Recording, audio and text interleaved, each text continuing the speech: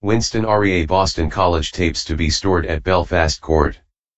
Sealed tapes of interviews given by a former loyalist prisoner to a university project will not now be held on American territory in Belfast.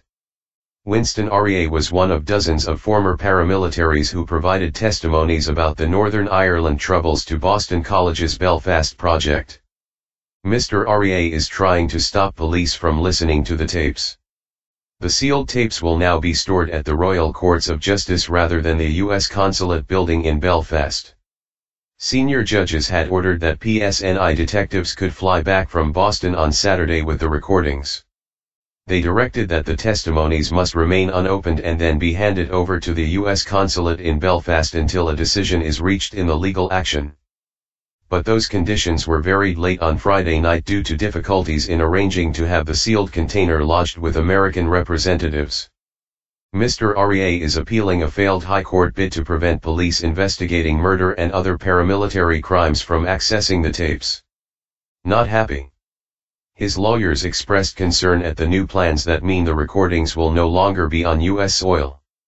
In correspondence to the Crown Solicitor's office, one of his legal representatives said, "We are not happy with the tapes being within the jurisdiction as this could lead to an abuse of process." The interviews to Boston College were given on the understanding that tapes would not be made public until after the former paramilitaries' deaths.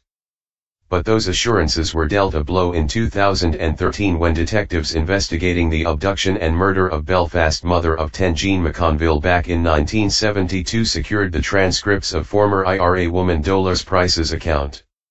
That material was handed over following court battles on both sides of the Atlantic.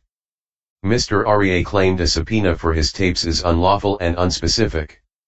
During judicial review proceedings, the court was told an investigation has been launched into serious crimes stretching from the 70s to the late 90s. The alleged offenses include murder, directing terrorism, membership of a proscribed organization and robbery. An international request for the tapes said police have information that Rea was a member of the Red Hand Commando whose interviews would assist investigations into those crimes. On Monday, a judge in Belfast threw out Mr. Rea's challenge to police accessing the tapes after holding that the legal test for seeking the material had been met. Mid-Atlantic. Following that verdict, 2 PSNI detectives boarded a flight to Boston to collect the recordings. But with their flight mid-Atlantic, Mr. Rea's legal team secured a last-minute order restraining any handover while they contested the ruling. In the Court of Appeal on Friday, counsel for the Loyalist argued that prosecuting authorities were acting on a hunch rather than any firm knowledge that the tapes contain information relevant to any investigation. He also claimed the request, made under the Crime, International Cooperation, Act, breached Mr. Rea's right to privacy under European law.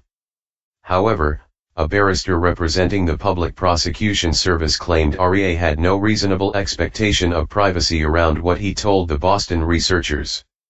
The 3 judges hearing the appeal reserved their decision until early next week.